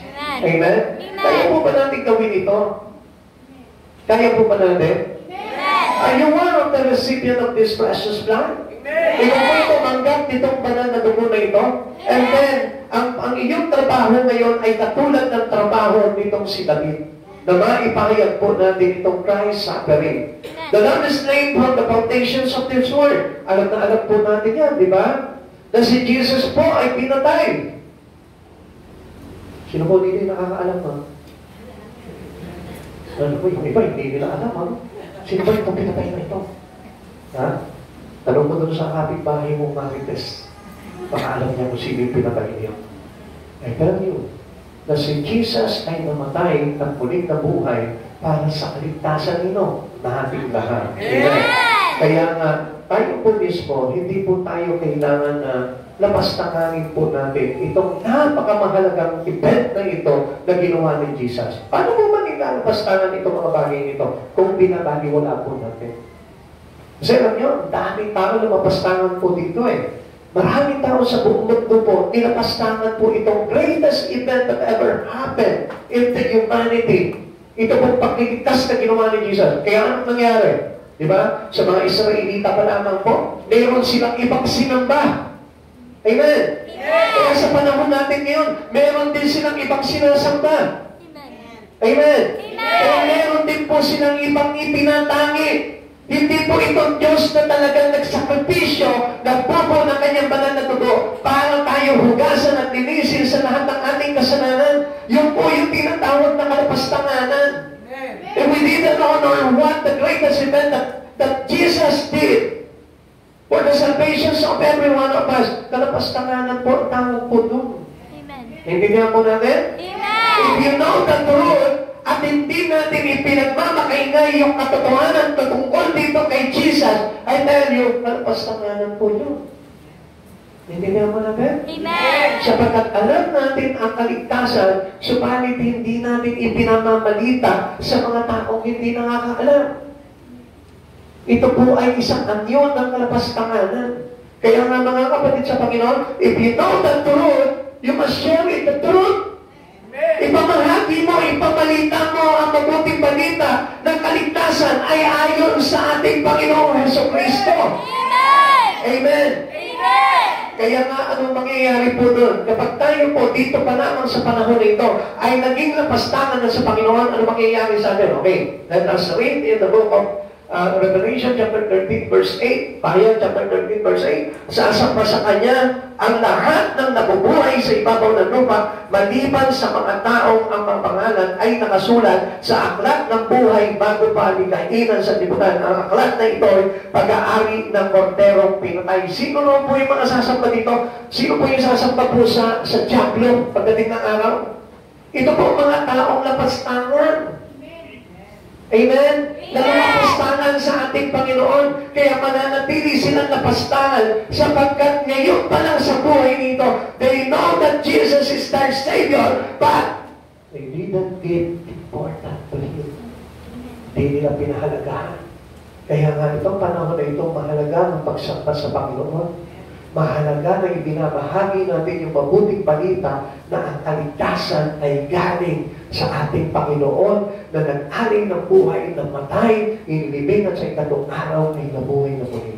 Ipahayag ngayon mga kapatid sa Panginoon para na sa ganon, manatili ang iyong pangalan sa aklat na ito. Amen? Amen. Sapagkat alam niyo, pagdating ng araw, hindi po tayo matatakaan. Kung mananatili po tayo na nagpapahalaga sa mga bagay na ginawa ni Jesus, ang pangalan mo ay mananatili sa aklat ng buhay na ang nagmamay-ari ay ang korderong pinatay. Amen. Naiintindihan niyo po ito? At ito po dito si Jesus Christ. Siya yung korderong pinatay. At siya po yung nagmamay-ari ng aklat ng buhay na kung saan nakatala ang pangalan na lahat na sumasamba kay Yesu Cristo. Amen. Kaya nga alam niyo po mga kapatid sa Panginoon, kapag hindi po natin sinasamba ang Diyos na ito sa panahon na ito, isang malaking kalapastanganan po yan. Naintindihan mo natin? Ulitin ko po sa inyo na kapag hindi mo sinamba, pinaglingkuran itong Diyos na tumubos at nagbigay sa iyo ng kaligtasan, isang malaking kalapastanganan sa Diyos na mga bagay na ito. Amen. If you know how important the cross of Jesus Christ, I tell you, ikaw mismo hindi ka mag-aatubili na sambahin, paglingkuran itong Diyos na ito na naglaan ang buhay niya para sa kaligtasan mo. Amen. Halimbawa ikaw, nagligtas ka ng isang buhay ng isang tao na sabihin natin, halimbawa, masasagasaan ng tren, wala siyang kamalay-malay. Bigla mo siyang iniligtas, sinave mo siya. At pagkatapos nito, hindi man lamang nagpasalamat sa iyo. O kaya naman, hindi man lamang nasabi niya doon sa mga kanyang mahal sa buhay at hindi niya nasabi na, sino nagligtas sa iyo sa kabahamakan? Sino ang tumulong sa iyo? Na hindi man lamang ewan ko, baka siya sa buhay niya. Sa palagay mo, matutuwa ka. Ha? Baka sabihin mo ba, sana pala, pinabayaan ko ng mga sagasaan ng talento eh. Tama mo hindi? Tama mo hindi? Ha? O hindi niya na alam kung ano yung pinag-uusapan natin. Ano po? Ang ibig ko po sa iyo, ibig ko po sabihin dito, dapat na tayo po ay mayroong pagtanaw ng malaking gratitude pagdating sa ginawa sa ating Panginoon. Niligtas ka at hindi ka pinabayaan ng Diyos na mapahamak sa impyerno. At sa paanong paraan mo siya papasalamatin, sampahin mo siya, paglingkuran mo siya, ipapalita mo sa ibang tao yung kabutihan ginawa niya sa buhay mo. Kaya nga mo sasabihin mo, sino ang Savior mo? Wala. Sino nagligtas sa'yo? Yeah. Anong ginagawa? Wala. Kaya nga maraming tao wala eh. Ayaw lumapit sa Panginoon. Kaya nga pagdating ng araw, magugulat sila na yung kanilang pangalan ay wala sa aklat ng buhay. You must know this important thing. Para na sa ganon, alam mo ang gagawin mo para ang iyong pangalan ay manatili sa aklat ng buhay. Amen? Amen! Ako, hindi pa bahala ako sa buhay. Basta ako, happy ako. Amen? Masaya ka ngayon. Pagdating ng araw na matuklasan mo, wala pala ang pangalan mo sa aklat ng buhay na ito, I tell you, yan ang pinakamalaking pagsisisi na mangyayari sa buhay mo. Kaya ngayong oras pa lang na ito, why God need you to be an instrument of salvation, of redemption to the human today? I tell you, dahil gusto ng Diyos na manatili ang pangalan mo sa aklat ng buhay. Amen. Hindi mo ba alam na kapag ikaw, listen, di ba po kayo makinig? Tapon niyo muna yung hawak ninyo. Gusto ko na malaman po ninyo na kapag ikaw gumagawa ka sa Panginoon para sa kapurihan ng mga bagay na ginawa ng Panginoon para iligtas ka, yung pangalan mo will be retained on the book of life. Pero kapag hindi mo pinahalagahan yung ginawa ni Jesus doon sa cross on the Calvary, yung kanyang pagpapatako, yung kanyang paglibing, at sa ikatlong araw ay nabuhay na muli, I tell you, mabubura ang pangalan mo sa katubuhay. Bakit? Because ito po yung kalapastanganan ng isang tao na hindi marunong magbigay ng maling loob niya at pasasalamat sa Panginoon. Kaya tayo nagtitipon, it is because to thank God. Kaya tayo naglilingkod sa Kanya, it is our gratitude. Dahil gusto natin siyang pasalamatan sa mga napakagandang bagay na ginawa niya sa atin. Amen. Kaya nga ang tao, alam niyo, kung minsan nakatingin lang doon sa pagpapala ng Diyos. Nagpapasalamat na, oh Lord, salamat. Bigyan mo kami malaking bahay. Salamat, salamat. Nagpasalamat ka. Pero nung time na wala ka maibili ng ulam, hindi kami pasalamat sa Lord. Lord, salamat. Kahit hindi ako kumakain, wala kaming ulam ngayon, Lord. Tinubos mo na ako. Amen? Amen. Nakita niyo na kung paano napastanganin ng tao ang Panginoon? Amen. Dahil doon, tinatanggal tayo sa aklat ng buhay. At gusto ko malaman mo, whether you have a blessing, whether you're blessed, physical blessing, or not, magpasalamat ka sa Lord. Pagtikuran mo ang Diyos sa buhay mo. Kahit sabi mong ibinabagsak ka sa eskwelahan, tinatanggalan ka ng trabaho, kahit na sabihin mo, namatayan ka ba, o nagkaroon ka ng karamdaman, o nagkaroon ka ng tagutom sa buhay, pasalamatan mo pa rin ng Panginoon because the purpose of God is to you is to redeem. Amen. Yun ang purpose ng Lord at hindi naghahanap ng ibang bagay sa buhay mo ang Panginoon. Hindi niya hangad kung mayaman ka o mahirap ka. Basta ang hangad niya, maligtas ang kaluluwa mo. Amen. Christ crucified and risen solved our problem of sin. Hebrews chapter 7 verse 25. Dahil dito, lubusan niyang may iniligtas ang lahat na lumalapit sa Diyos sa pamamagitan niya sapagkat siya'y nabubuhay magpakailanman upang mamagitan para sa kanila. Kaya napakalaki ng halaga ng ugnayan natin sa Panginoon. Sapagkat ang Diyos is eternal God. Amen. At alam natin na lagi tayong nandyan ng Panginoon sa atin para tayo po ay iligtas. How can we neglect our part in sharing the message of redemption? Paano natin na matatanggihan ito mga bagay na ito? Na imensahin natin yung pagliligtas na ginawa sa atin ng Panginoon. Ikaw, tanungin mo yung sarili mo, paano ko natatanggihan na ibahagi man lang itong mga bagay nito sa ibang tao? Paano ko matatanggihan na ibigay man lang o makapag-share man lang ako para maligtas yung ibang tao? Kapatid sa Panginoon, hindi mo ba natanong sa sarili yun? Pero alam niyo po ba, God has given so much. His Son, ang dami, ang ganda ng bigay ng Diyos na ito. Yung kanyang anak. Ngayon, paano ko masasabi na, wala namang kwenta yan. Hindi ko na kailangan sabihin pa sa kapitbahay namin yan. Binigyan tayo ng kanyang bugtong na anak upang ang sino man sumapapantaya ay hindi mapahabang at magkaroon ng buhay na walang plan. Kapatid, sino ka? Para tanggihan itong bagay na ito.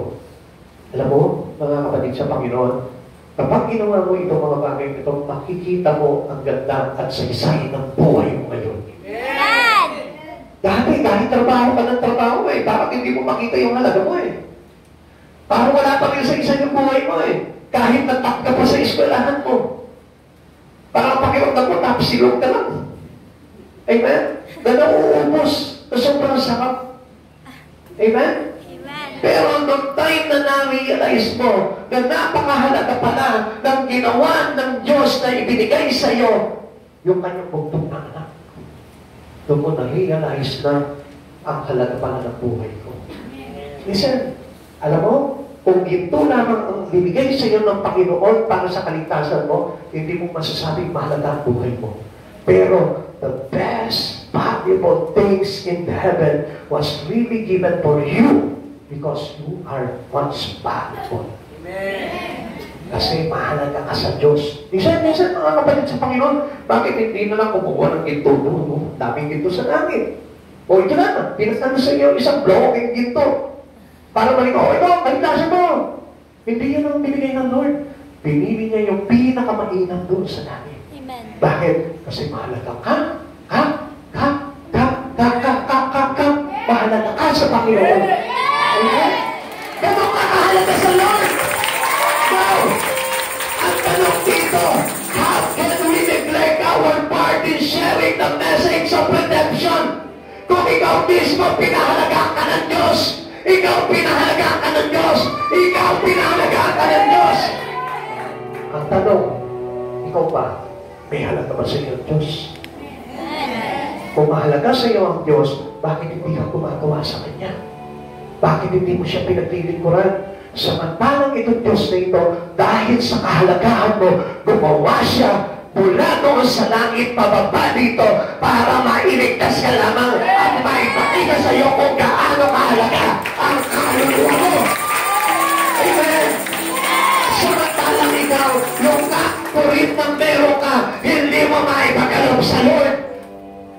Dahil hindi kang ibigay sa Panginoon, nanghihinayang kang i-share sa Panginoon. Why? Because God is not important to you.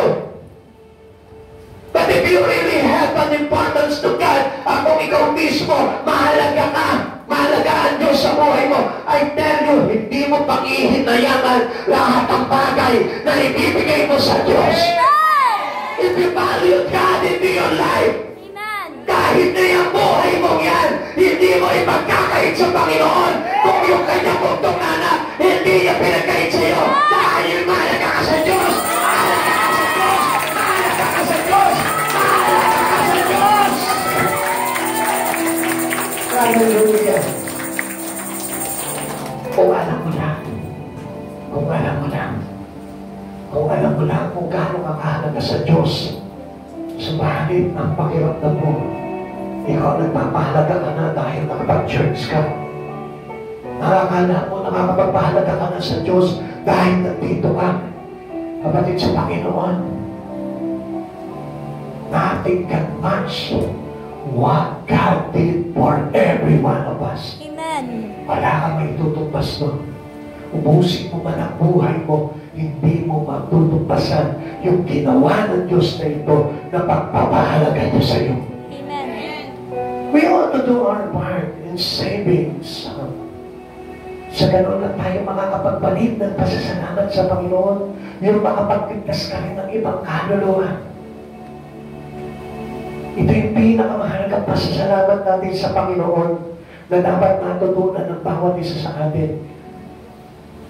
Okay, papaulitin ko po sa inyo. Ang Diyos mula doon sa langit, kinuha niya yung kanyang buntong na anak. Pinakamahalaga sa kanya. The only one son he had. The greatest son he has. Yun ang ibinigay niya.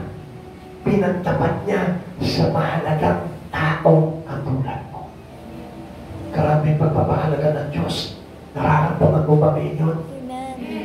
Nararamdaman mo kung gaano ka pinapahalagahan ng Lord? Amen. Na kung minsan pinapaliwala lang natin ang Panginoon, nine-neglect siya. Na minsan sinasabi natin, sayang naman itong 1,000 ko, ibibigay ko lang sa Kanya. Sayang naman itong gamit ko na ito, napapakinabangan pa, ito-donate ko sa Kanya. Sayang naman itong buhay kong ito, paputi ako ng paputi. Susunugin ko lang sa paghahayo. Kapatid sa Panginoon, sino nga? Ang Diyos, kinuha niya yung pinakamainam doon sa langit. Jesus Christ, the Son of the Most High. Yun ang kinuha niya para sa katupusan ng kasalanan mo. Amen. Kapatid sa Panginoon, I want you right now. I dare you. Kung mahalaga sa iyo ang Panginoon, paglikuran mo siya. Gamitin mo ang buhay mo. Ano ba meron ka, gamitin mo for the glory of Him. Huwag mong siyang pagdamutan.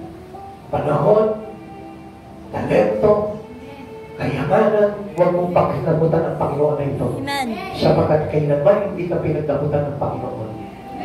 At ipinakita niya sa iyo, mahalaga ka sa akin, anak. Amen. Mahalaga ka sa akin. You are more than diamond. You are more than gold. You are more than treasure of this earth. Mahalaga ka sa Diyos at yan ang lagi mong tatandaan. That's the believing of Christ. Simbo mo muna tayo. Nagsusumamo ang Panginoon sa iyo sa oras nito. At ang pagsusumamo ng Panginoon sa iyo ay pagpapakita niya pa rin ng pagpapahalaga niya sa iyo. Why is Christ relating to you? Bakit kaya? Kasi tingnan niyo po ang sinabi niya dito. Mateo 11:28, verse 30. Lumapit kayo sa akin, kayo lahat na nahihirapan at lubang nabibigatan sa inyong pasanin, at kayo'y bibigyan ko ng kapahingahan.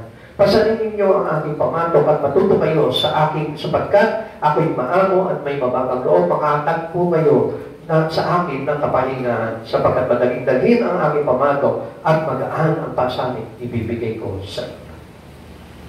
Still, ang Diyos inaanyayahan ka pa rin para maligtas ka. Still, na kahit na isang damagmag yung dami ng kasalanan ginagawa mo, still, ang Lord na ito, hindi pa rin nagtabot sa iyo. Sinasabi niya pa rin, anak, magbalik ka sa akin, lumapit ka sa akin. Pagod ka na ba? Hirap ka na ba? Sa tingin mo ba na parang wala ka ng saysay? Sa tingin mo ba na parang outcast ka na?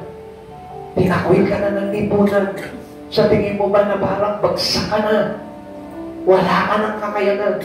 But still, ano sabi ng Lord? Lumapit kayo sa akin, kayong mga napapagal at nabibigatan at pagpapahingay ko kayo. Ano ba rin yung iniisip ng Lord? Yung kapakanan mo. Iniisip niya ba rin yung kaligtasan mo?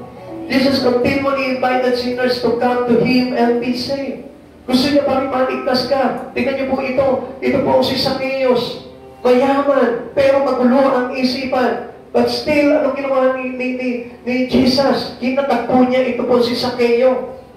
At binigyan niya ng kaligtasan. Sino ba na? Unhappy woman at the well.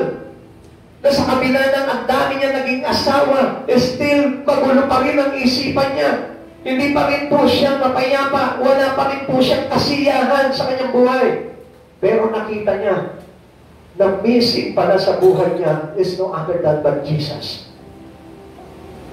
Minsan tayo naghahanap po tayo ng kasiyahan sa buhay. Minsan naghahanap po tayo ng kagandahan. Minsan naghahanap tayo ng katagumpayan. Pero nakalimutan mo na ang kailangan mo pala ay walang iba kundi si Jesucristo. Amen. Nasagot sa lahat ng mga bagay nito. Still, the Lord's invitations to all to be saved. Hihingin pa rin ng Diyos, maligtas ka. Hihingin pa rin ng Diyos, maligtas ka. Sa kabila ng hindi mo hinahanap sa Kanya yung kaligayahan. Sa kabila ng hindi mo hinahanap sa Kanya yung kayamanan. Sa kabila ng hindi mo hinahanap sa Kanya yung kapayapaan. Sa kabila ng hindi mo hinahanap sa Kanya yung kaligtasan. Pero still, ang hangarin pa rin ng Panginoon, iligtas ka pa rin. John chapter 6, verse 37, lalapit sa akin ang lahat ng ibinigay sa akin ng Ama, at hindi ko itataboy kailanman ang sino man lumalapit sa akin. Kinalimutan mo ang Diyos, itinagpa mo ang Diyos, ipinagpili mo ang Diyos, mas pinili mo yung ibang bagay, pero sa sandaling lumapit ka sa Panginoon, kailanman hindi ka tatangihan ng Diyos. Amen. Alam niyo, yung iba nga, kapag ka narinig nila yung bagay na yun, napupuri yung kaluluwa nila sa galak dahil nakita nila kung gaano sila pahalagahan ng Diyos. This is our gratitude to Jesus. Ganun po tayo magpasalamat. Ganun tayo magpahalaga. Na doon pa lang sa simpleng bagay na yun, na narinig mo na ang Diyos na ito, hindi siya willing na bitawan ka sa kabila ng iyong pagkalikot sa Kanya. Ibilig ka pa rin, iniligtas sa Panginoon. How happy is the heart of a person who hear this? Dapat ka ikaw yung pinakamasayang tao sa oras na ito. Nung marinig mo na ganito pala, pagsusubi ka pa, pagtsatsaga ng Diyos na ito para maligtas ako. Kapatid, alam mo pa ba ito? Nararamdaman mo ba ang pag-ibig ni Jesus sa buhay mo? O baka nakapapos na lamang yung isipan mo sa kayamanan ng salibutan, kaya nakabunan na si Jesus sa buhay mo. Sabi po ng aklat po ng 1 Corinthians chapter 4 verse 4, hindi sila sumasampalataya sapagkat binulag na sila ng Diyos ng sanlibutan, kung kaya hindi na nila makita ang kamingmingan ng mabuting balita tungkol kay Jesucristo. Kaya hindi na po nila makita yung kahalagaan ni Jesus sa buhay niya. Bakit? Binulag na sila ng Diyos ng sanlibutan. Ano ito Diyos ng sanlibutan ito? Materialism. The lust of the eyes, the lust of the flesh, and the pride of life. Bulag na sila dyan. Ang nakikita na lamang nila yung ningning ng ginto, yung ningning ng perlas, yung ningning ng diamante. Pero yung ningning ni Jesus at ng kanyang mabuting balita ay tuluyan na naglaho sa paningin ng mga tao. Salamat sa Panginoon, nakikita ko pa. Salamat sa Panginoon, nakikita ko pa. Sapagkat ang mahalaga po dito, yung makita natin na ang kailangan pala natin sa buhay natin ay walang iba kundi si Yesu Cristo. That's why we need to sing some. Kaya mahalaga na tayo po ay magligtas. Lahat ng nakikita nyo na nagpapahayag ng mabuting balita simula pa noon hanggang ngayon ay isang patotoo na ang Panginoon ay nagsusumamo para maligtas ka. Kapag may nagpapahayag ng salita ng Diyos, sa palengke man, sa plaza man, o kung saan man lugar, sa church, ang ibig sabihin niyan, ang Diyos is still nagsusumamo na maligtas ka. Amen! Kung alam mo na ang iyong na ganong kakahalaga sa Panginoon, is still planted for our salvation. Hinihiling pa rin ng Panginoon, sumasamo pa rin siya, maligtas ka. Maligtas ka. Halos umiiyak ang Panginoon kung si Pablo 3 nights and 3 days na iniyakan ka ang Diyos from the first creation until to the end of this world. Umiiyak ang Diyos at ang sinasabi ni Jesus, maligtas ka.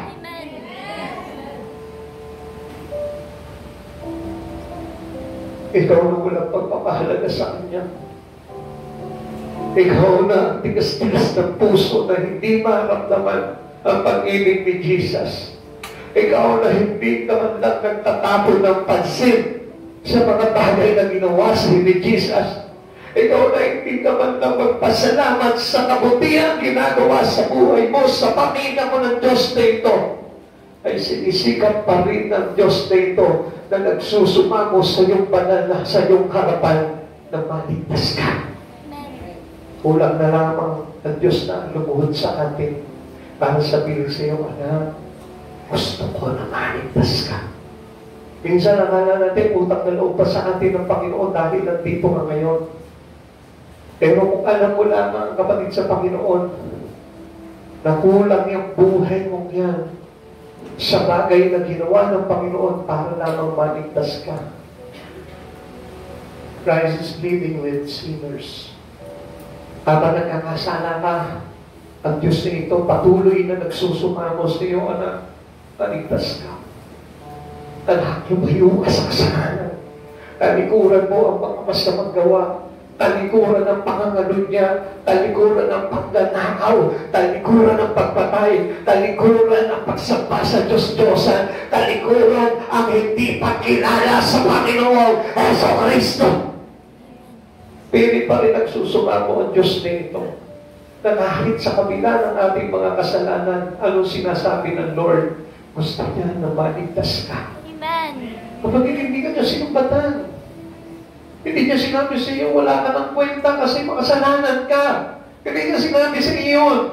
Kundi ang sinasabi niya, ibig ko na maligtas ka. Ikaw na mamamatay tao. Ikaw na magnanakaw.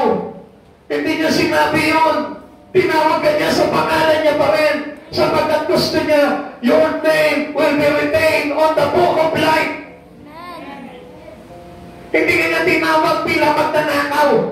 Hindi ka niya tinawag bilang mamamatay tao. Hindi ka niya tinawag bilang galit, sakil sa salapi. Kundi tinawag ka, anak, manumbalik ka sa akin. Pinatatahon kita sa lahat ng kasalanan. Na kung sino tayo para magmalaki sa Panginoon. Christ pleading with sinners. Missionary word is pleading with sinners on His behalf. Kaya kung nakakakita kayo na nagpapahayag ng salita ng Diyos, ito po ay katunayan na ang Diyos ay nagsusumamo sa atin na tayo po ay maligtas. Amen. Yun po ba na ang ibig sabihin, no? Na kapag nakakarinig ka sa TV, sa cellphone, sa kung anong-anong mga parte ng mundo na ito, na nakakakita at nakarinig na nagpapahayag ng salita ng Diyos, ang ibig sabihin pala niyan, pagsusumamo ni Heso Kristo para maligtas ka. Hindi ka tinigilan ng Lord. Samantala tayo, kung minsan hindi natin pinapansin sa palengke, hindi natin pinapakinggan. Sa plaza, hindi natin pinapakinggan yung mga nangangaral. Sa Facebook, dinadaanan lang natin. Scroll down lang tayo, continuous scrolling lang tayo pagka meron nagpe-preach. Bisa nga yung mga preaching natin dito, hindi ma-share sa YouTube. Wala doon sa wall ng Facebook mo. Iba nakapost doon sa wall ng Facebook mo. Hindi yung preaching ng Lord. Hindi yung preaching na nagsasabi, gusto kita maligtas! Kung ano ba yung makakapagpahamak sa'yo, yun yung ipinopost mo. Yun yung ipinapakita mo sa maraming tao. Yun ang daladala mo sa araw-araw. Samantalang yung makapagliligtas ng kaluluwa, wala!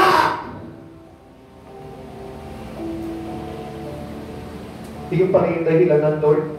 Kaya pala nagpapahayag siya sa buong mundo sapagkat bago siya dumating, ang gusto niya lahat maligtas. 2 Corinthians chapter 5 verse 20-21. Kaya nga kami mga sugo ni Kristo, ang Diyos mismo nakikiusap sa inyo sa pamamagitan namin. Kami nakikiusap sa inyo alang-alang kay Kristo, makipagkasundo kayo sa Diyos. Hindi nagkasala si Kristo ngunit alang-alang sa atin. Siya ay itinuring ng mga kasalanan upang makipag-isa sa pakikipag-isa natin sa Kanya ay maging matuwid tayo sa harap ng Diyos. Balik sa Panginoon, tingnan niyo yung pakikiusap ng Diyos para maligtas tayo. Kung tutuusin, hindi na si Jesus dapat na makiusap sa atin eh. Dapat nga tayo na yung lumuluhod sa Kanyang harapan. Lord, patawarin mo. Nagkami kong kasalanan. Hindi naging kalugod-lugod ang buhay ko. Dapat tayo nga po yung lumuluhod, nagpapakumpapa. Umihingi na labag ng Diyos. Nagmamakaawa. Pero tayo po yung nagmamalaki. Lord, busy ako.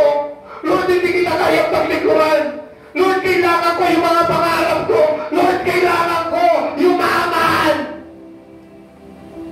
Pero ang Lord nagsasabi sa iyo, anak, ako na yung sumasakos niyo sa pamamagitan ng mga lingkod ko. Ako na yung nagsasabi sa iyo, anak, pagpalindog ka na sa akin, gusto ko makabilang ka sa paghahari sa buhay na walang hanggan. Sa oras na ito, mga kapatid sa Panginoon, bago po tayo mag-iwahiwalay sa church nito, bakit hindi mo isipin na napakahalaga mo sa Panginoon? Bakit hindi mo maisip sa oras na ito kung gaano ka kamahal ng Panginoon na ito? Minsan sinasabi natin, pagod na ako, tinatamad na ako magsimba sa Panginoon. Pagod na ako na paglingkuran ng Lord. Kaya sinasabi natin, walang halaga naman ang paglilingkod sa Panginoon. Kung sino pa yung mga walang Diyos, sila pa yung mga pinagpapala.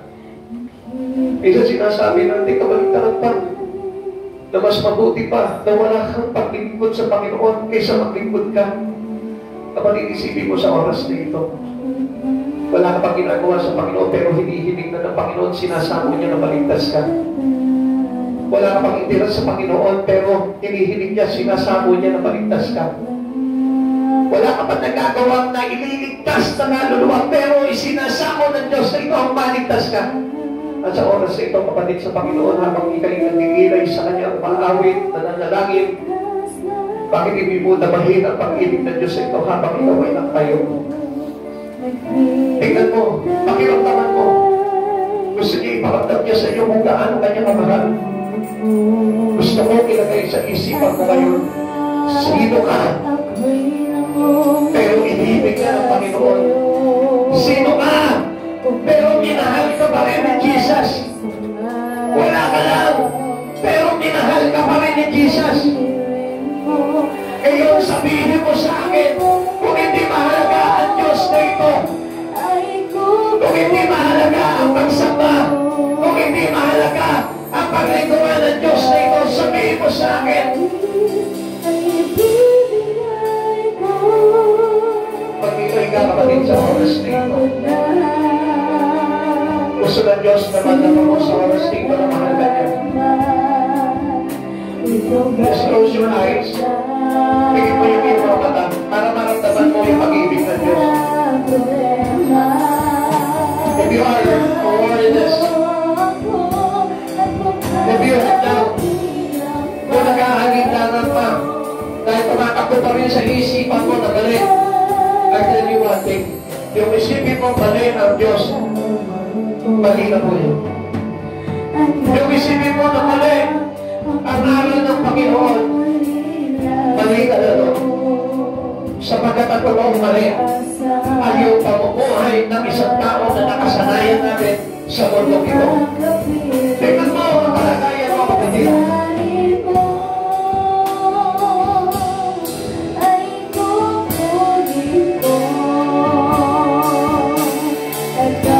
Instead of thanking God, yun ang dapat na makabuhiran na ginagawa natin sa oras na ito.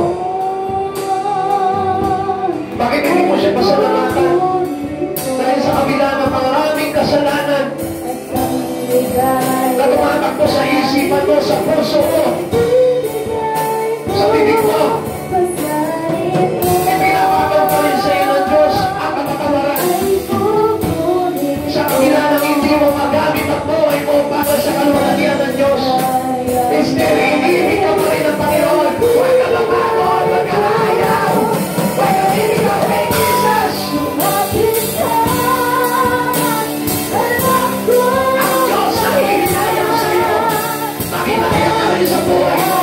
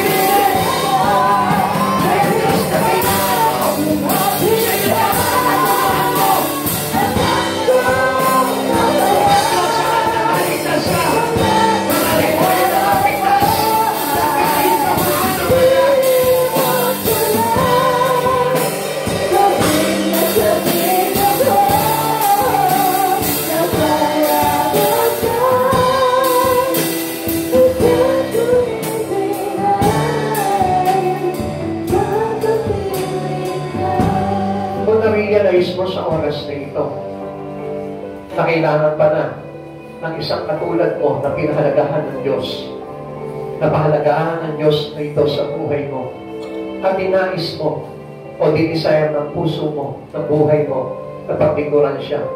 This church is open for you. Kung ibig mo na paglingkuran ng Diyos na ito, at gusto mo suklian ang pagpapahalaga ng Diyos na ito sa buhay mo, then gamitin mo yung buhay mo. Magkakain ka. Ibahagi mo sa iba ang kabutihan ng Diyos na ito para magkaroon ng kaligtasan yung ibang tao na wala pa sa Kanya. Bakit hindi mo ipagamit yung buhay mo? Kung may pagpapahalaga ka talaga sa Panginoong Jesucristo, nasa huling panahon na po tayo, bakit hindi mo paggamitin yung buhay na yan? Para na sa ganon, makita natin na ang ating pangalan ay nakasulat sa aklat ng buhay pagdating ng araw na ito'y buksan ng ating Panginoon sa Kanyang paghahatuloy. Kapatid sa Panginoon, desire it more and more in Christ Jesus. Desire to serve God. Walang mawawala sa iyo pag pinaglingkuran mo ang Panginoon. Mawalan ka man ng pera, mawalan ka man ng kayamanan, ng trabaho, o kung ano mang pangarap mo sa buhay nito, gusto ko malaman mo ang kapalit niyan ay walang iba, kundi ang buhay na walang hanggan sa piling ng ating Panginoong Jesucristo. Katulad ng sinabi niya sa kanyang salita, sino nga mag-iiwan ng kanyang tahanan?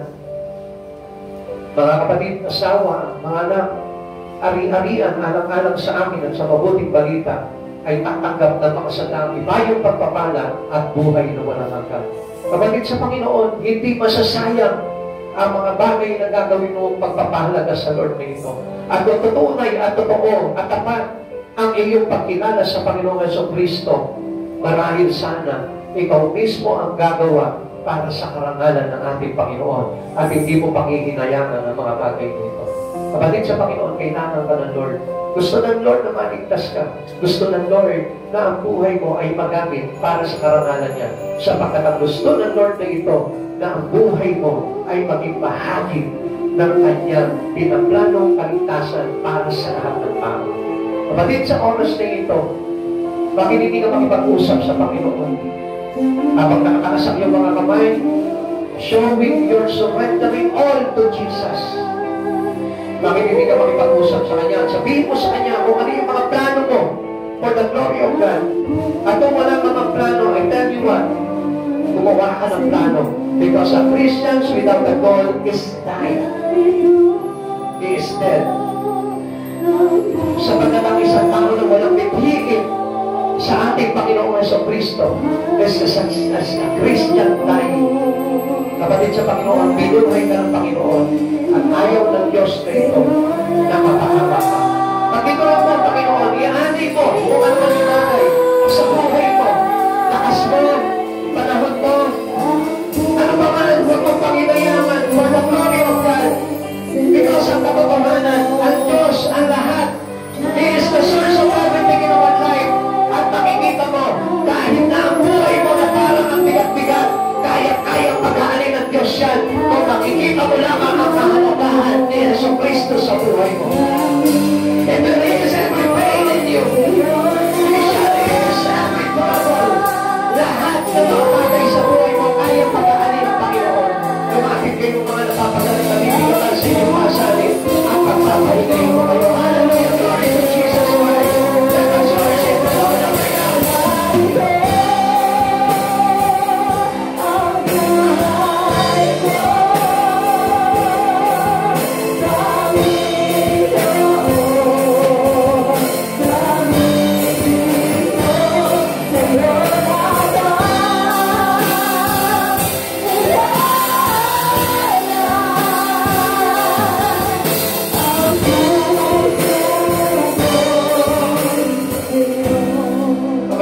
Nagpapasalamat po kami sa bawat kaalamang espiritual na iyong ipinabahagi sa bawat sa amin.